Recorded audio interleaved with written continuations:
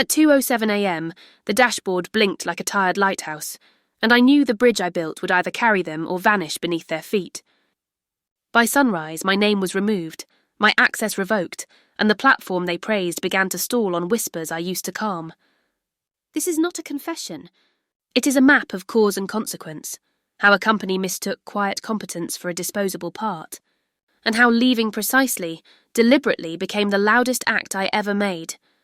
The night held Denver at arm's length. Inside the North Star metrics office, only the monitors glowed, a soft pulse of alert stitched across the main dashboard. I stood at my terminal and opened the sidecar collector that lived inside our quarantine namespace. My badge granted red access.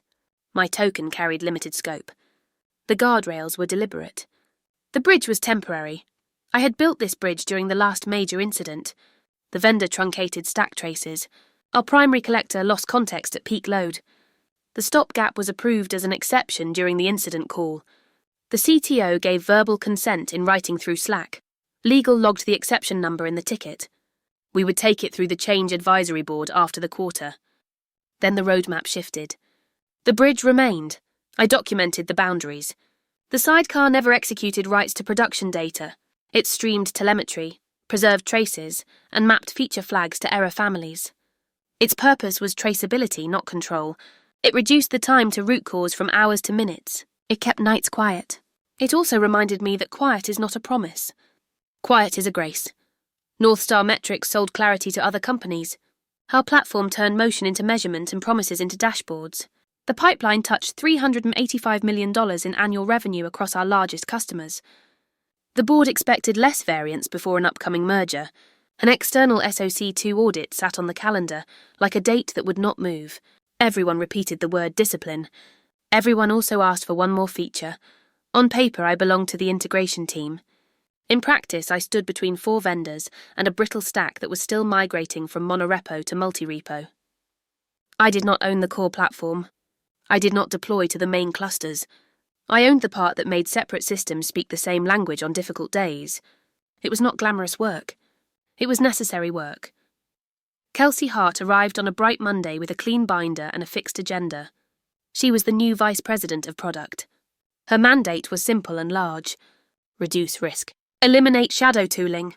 Normalize decisions through the change advisory board. The compliance team had flagged 2 items in a recent internal review. Our log retention policy needed clearer guardrails. Several scripts were unversioned while teams rushed to meet launch dates. Kelsey read the findings with care and precision. She did not tolerate ambiguity. She met with every team lead. She mapped decision points to policies and deadlines. Her pressure was not personal. It was structural. She looked for untracked tools and incomplete workflows. One afternoon, she opened the core repository and saw my handle in the list of recent diffs. Her notes became questions. The questions became a review thread. The thread began with a request to sunset the sidecar collector.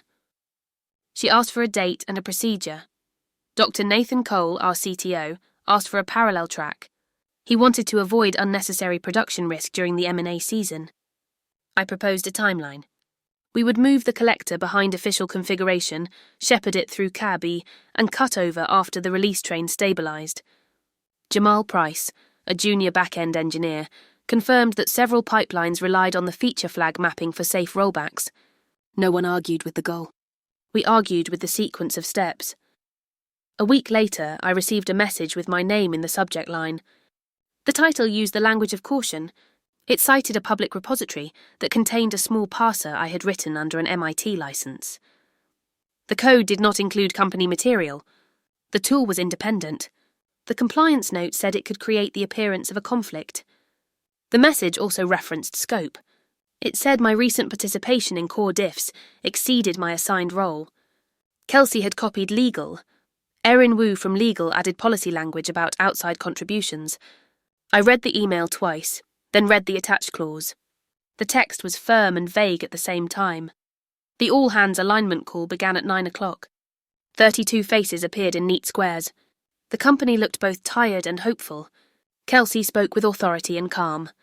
She described our values. She described our commitment to transparency. She described conflicts of interest and adherence to process. She paused, and then she said my full name. The meeting room held its breath. I listened with my camera off. I listened without moving. When she finished, I unmuted and said one sentence. My second job was fixing your code under exceptions you approved during incidents. My voice was even. My tone was formal. There was nothing else to add. My mic clicked silent. The call ended. A system message appeared. My session expired. My Slack signed out. My Okta token was revoked. My chair remained in place for a moment longer than my body. I cleared my desk with deliberate hands. I placed my badge in a small envelope and sealed it. I closed the terminal where the sidecar tail still scrolled. The collector continued to observe with read-only permissions. It would keep watching until someone chose a new path. I stepped into the hallway and noticed the quiet again. The quiet did not feel like protection now. It felt like an intermission between acts. Outside, Denver was crisp and clear. I walked to the street and did not look back.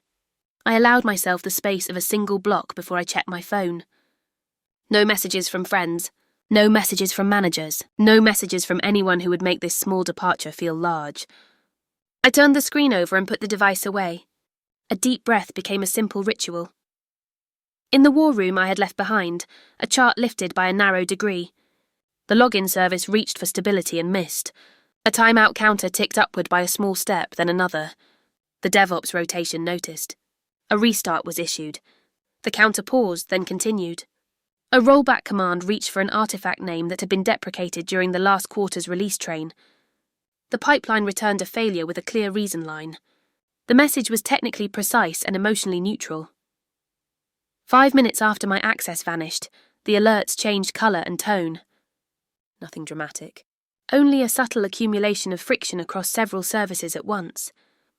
A link in our internal wiki still read under review because the modernization task force had placed it there for edits. A junior engineer searched for a stable configuration and found 3 versions with similar names. The correct one was not pinned. A small decision lost in a busy week now mattered. Someone asked about the trace mapping that used to answer hard questions in soft minutes. Someone remembered the sidecar in the quarantine namespace. Someone else reminded the room that its exception had been opened, not closed. The team agreed to proceed carefully. Another timeout landed. Another small request lingered without a response. The counter ticked again. The dashboard updated. The room grew still. 10 minutes after I left the building, the login timeouts spiked in a clean line. It was not a crash. It was a trend. The kind that begins as data and becomes a story. The camera of the mind pulled back from the screen. A sentence floated where the graph ended. Maintenance windows? Or something else? The login timeouts rose in careful steps, like a metronome that refused to hurry. In the triage channel, DevOps moved with practiced grace. They restarted the authentication container, waited for a heartbeat, and watched the graph hold steady, then rise again. A rollback command fired toward last quarter's artifact. The pipeline searched for the name, found a deprecation notice, and returned a failure with a precise code. The error line was simple. Artifact not found, Q3 auth stable 17, no drama. No rescue. A second graph flattened in a way that felt wrong. Monitoring agents reported nothing instead of noise. Nathan asked for the current configuration set. A few agents still pointed to an unversioned path created during the migration. It was meant to be temporary.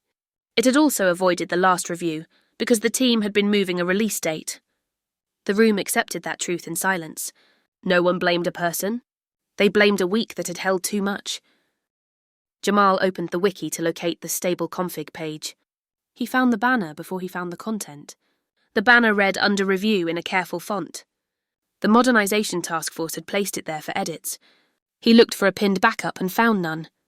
He looked for the revision history and found 3 similar titles that differed by a trailing number. The right one hid between them like a leaf in a clean pile. A build script complained about a variable that no longer existed. A metrics panel pulsed and then reported nulls across 3 services that rarely agreed on anything. Nathan asked for a quick list of dependencies that crossed the old and new pipelines. The list grew in the chat window until the scroll bar became a small rectangle. It looked orderly. It did not feel stable. "Open the quarantine namespace," Nathan said. His voice was soft and exact. A DevOps engineer tailed the sidecar collector that Morgan had built during the last incident. and that the company had approved under exception. The logs came alive. They were not production data. They were traces and maps of how errors moved. They were the quiet thread that let a person follow chaos to its source. Nathan spoke again, more to himself than the room. Jobs do not run here. Telemetry does. Bridge mapping does. He scrolled until the feature flag gating table appeared. It matched error families to controlled rollbacks. It did not change a single record. It only told humans where to push and when. He exhaled once and placed a finger on the screen, as if to steady the page. She did not break the system, he said. We built on her bridge without finishing our own. The sentence did not accuse. It simply landed. Erin from legal joined the call and asked for the disaster recovery plan that applied to the current cluster. The binder appeared in a digital window. The language was confident and narrow. Recovery included authorized, versioned artifacts transmitted through formal approvals. The sidecar exception was documented, but not yet absorbed into the official map. The bridge stood in traffic without being redrawn on paper. The service-level agreement alerts began to chime at a measured cadence. Not an alarm. A drumbeat. An account manager posted a note from a flagship customer. Report delays had reached visible thresholds. A second message appeared with a list of anomalies in revenue dashboards across time zones. The customers did not ask for blame. They asked for restoration, and for a credible time. Victor entered the room with a tablet tucked under his arm. He asked for a single sentence on risk. Nathan gave him 3. The first sentence said the rollback path had changed names during the release train. The second said telemetry still worked, but the documented map did not. The third said the bridge that used to connect old and new pipelines had not yet been replaced. Victor considered a dark mode maintenance window. Kelsey argued for immediate standardization. Her reasoning was consistent with her mandate. Her voice did not waver. A hotfix was proposed to reference the collector through a new configuration. It was approved for a narrow trial because the room believed in care and deadlines. The hotfix met a conflict where the feature flag gating lived. Queues slowed as the system attempted to negotiate with 2 different sources of authority. The conflict was not violent. It was stubborn. A second deploy attempted to re-enable a guard around an old cron job that purged logs by date. The guard was present, but an environment variable was wrong. Near real-time logs disappeared for a short window. Traces remained, yet they felt like stones in a shallow river. You could cross if you did not slip. The 3 main dashboards began to disagree with one another. They showed the same landscape through 3 different seasons. In the war room, voices cleared and faces leaned closer to the light. Jamal searched the repository for a branch that carried rumours. He found stable PV3 legacy, as if it had been placed there by a careful hand. Inside it, a single markdown note waited at the top. He read it aloud in a steady tone. No moonlight. Just holding an approved bridge. Document it or retire it. The room digested the sentence and its choice. It did not sound bitter. It sounded like a boundary. Erin returned with 2 points that made the air feel heavier. First, the disaster recovery plan could not restore any artifact that had not passed the formal path. Second, the exception record itself did not obligate the plan to treat the bridge as a first-class citizen. The company had relied on outcomes without finishing the procedure. The law did not honour intentions. It honoured maps. The board requested an emergency call. The agenda contained the word variance on its first line. By the second page, the vocabulary changed to operational negligence. The phrase settled on the table like a weight. Victor asked for a clear narrative to share. Nathan spoke with restraint and clarity. He described the migration, the deprecations, the exception, and the incomplete replacement. He did not hide a single detail. He did not place a single stone on a single person. Victor turned to Kelsey and asked a question that was both simple and precise. Did we replace the bridge before we removed it from the map? Kelsey set her lips and answered that the timeline had demanded consolidation. She believed the risks were manageable. She believed the procedures would catch up. Her eyes did not move away from the screen. Across town, Morgan sat in a quiet cafe with a cup of tea that no longer steamed. An email arrived with an earnest subject line and careful numbers. Northstar offered a 6-month consulting contract at an elevated rate to assist with platform stabilization. The message opened on the lock screen like a hand pressed against a window. Morgan did not tap it. The phone face down was a decision and a pause. In the North Star inbox, another message arrived from a flagship client. The subject line contained the word notice. The body summarised the request for an immediate audit. A paragraph below carried a cancellation clause, highlighted in a bright band of legal yellow. The colour glowed against the screen. The room grew quiet again, not with calm, but with attention sharpened by consequence. The call resumed. The graphs continued to move. The bridge remained exactly where it had always been, halfway between two shores, waiting to be retired with care or replaced with craft. The camera of the mind widened to include the board, the dashboards, the unread email, and the clause that could empty a quarter of a pipeline. One line lingered in the air, thin and firm. What begins as data becomes a story, and what becomes a story names who will walk back into the room. Night held to the glass walls of the war room while the dashboards breathed. Nathan stood by the whiteboard and drew the system like a map that refused to stay still. He circled 3 unfinished anchors and numbered them in a neat column. First, artifact mapping inside the new rollback chain. Second, retention policy for telemetry, routed through the change advisory board. Third, feature flag sunsetting on the second vendor's lane. He put the pen down and faced the room. "We delayed standardization because deadlines kept moving," he said. The admission was calm. It entered the air and did not leave. No one argued. People collected tasks, formed pairs, and paced themselves against the steady beat of alerts. The service level agreements had cooled from red to a careful amber. The timeouts rose and fell like a tide that wanted instruction.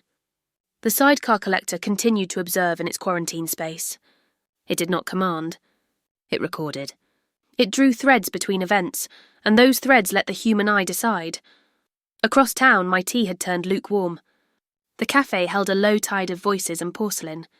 An email arrived with a soft vibration on the table. The sender was Cascade Analytics. The subject line took care with every word. They offered a lead role, full credit, and the chance to build observability by design from the first day. There was no flattery. There was only a plan that began with a blank diagram and a truthful scope. A second message slid beneath the first. It came from North Star. The rate was higher. The term was 6 months. The words were urgent without being loud. Erin added a footnote about indemnity and about exposure if I touched anything without a boundary that could stand in court. She did not threaten. She advised like a compass placed on a table. My phone vibrated again. Nathan requested a short call. I stepped outside and stood under a clear patch of January sky. The air was steady and cold. The connection opened on the first ring. Victor's voice joined with a measured pace. Erin joined with a note of care. Kelsey joined with a tone that carried purpose and weather. No music undercut the moment, only breath and a decision. Nathan asked me to define the safest path if I were willing to help. I answered without decoration. First, freeze all deploys for 24 hours. Stability requires stillness before a new step. Second, re-establish a temporary artifact mapping for rollback and push it through a minimal change advisory board signature. It must be traceable even if it is short. Third, retune telemetry by routing through the sidecar with a read-only token and place the token under a rotation schedule that legal can accept. I paused, then added the condition that mattered. Any engagement would require acknowledgement of scope in the post-mortem. The bridge had been approved as an exception during incidents. It must now be written into a standard operating procedure before retirement. The room stayed silent for a careful breath. The line was not pride. The line was governance with a human face. Kelsey spoke first. She worried about compliance risk if the exception lived on the map any longer. She noted the audit. She noted the board. She noted the danger of teaching the company to rely on temporary tools. Her words were consistent with her mandate. They were not punitive. They were precise. Erin responded with a path through fast-track CABI that could stand. A one-page addendum, a 2-signature approval, a date for retirement written on the same page, as Victor asked if the plan would convert Amber to green. Nathan said that green would be honest, only after the 3 anchors were finished. The plan could return the platform to predictable behaviour. The plan could give the teams time to complete the mapping, the retention policy and the sunsetting. It would not erase debt. It would buy space to pay it, They waited for my answer. I felt the cafe door open and close behind me. Heat slipped past my shoulder into the cold. I looked at the city and saw a reflection of my last 2 years. The bridge I had built had kept the night quiet and had kept the day in motion. The company had used its strength and its weakness in equal measure. I understood what they needed. I also understood what I needed. I will help only if the work leads to a proper farewell, I said. The bridge must become a procedure and then it must go. Nathan agreed. Victor agreed. Erin recorded the condition. Kelsey did not argue. Her eyes lowered for a moment. When she raised them, she accepted the fast track. The call ended with a calm that felt earned rather than claimed. The freeze went into effect. Teams posted notes to customers with clear times and honest edges. The temporary artifact mapping landed in the pipeline and clicked into place like a measured chord. The sidecar token rotated and recorded under a tighter key. Within hours, the dashboards aligned on the same season. The amber held and then softened. The flagship client withdrew the cancellation clause and replaced it with a request for the post-mortem timeline. The audit remained on the calendar. It no longer stood like a blade. The post-mortem filled a clean document. The first line named the migration. The second line named the delay between method and map. The third line named the exception-approved bridge and the steps that would retire it in 30 days through the engineering enablement track. No one erased names. No one decorated failure. The document read like a ledger that wanted the truth more than the theatre. Northstar sent a closing version of the consulting agreement with the new terms. Cascade sent a welcome plan with a diagram titled Foundations First. I placed the two messages beside each other and listened to the quiet answer move through my chest. Northstar had asked for repair. Cascade had asked for design. Northstar had asked me to keep a roof from leaking. Cascade had asked me to draw the roof with gutters and outlets and light. The choice did not need ceremony. I wrote a short reply to Nathan and Victor that thanked them for the honesty in the room and for the record placed in the post-mortem. I declined the engagement. I wished them a steady month and a fair audit. Then I wrote to Cascade and accepted. The message was brief. The attachment carried a signature that did not shake. Weeks later, Northstar published Engineering Guidelines version 2. A small section spoke about bridges and exceptions. It framed them as tools that deserve documentation and retirement, not as ghosts that drift under the floor. Nathan looked at the new roadmap, and for the first time in a season, there was a clean line called Debt Repaid. I left the cafe and paused at the crosswalk. The city breathed. The wind moved. I opened the confirmation from Cascade and felt the answer settle like a page closing. I spoke a sentence to the air, for myself and for the rooms I would never visit again. You do not haunt a place by staying. You haunt it by leaving it better documented. On the final screen, a title appears above a quiet measure of strings. Next, the audit. A small line invites the viewer to return for post-mortem notes, where maps become promises, and promises learn to hold. The story does not end with a headline or a dashboard turning green. It ends in a quieter place, where choices settle and names return to their ordinary weight. Morgan walked away from Northstar with no confetti, no chorus, only the steady rhythm of shoes on a Denver sidewalk. Yet the echo of that rhythm became the lesson the company had refused to learn. A structure is only as honest as the map that explains it, and a culture is only as strong as the people it refuses to overlook. In the war room, the diagrams stayed on the glass long after the markers ran dry. Someone would erase them in the morning, but the shape of the truth would remain. The bridge had never been magic. It was work. It was the careful labour that turns midnight into morning. It was the difference between a rumour of stability and a method. When the company named the bridge and wrote it into a procedure, it grew up. When Morgan left and chose to design rather than patch, she did the same. There is a personal lesson folded inside the technical one. If your skill keeps the lights on, do not let that skill become invisible. Ask for a map. Ask for a process. Ask for your name in the record. Not for pride, but for safety, for continuity, for the person who will stand where you stood and need the path you cleared. And if you lead others, remember that exceptions are not free. They borrow against tomorrow. Pay them back while the roof is still holding. Northstar did not collapse. It learned.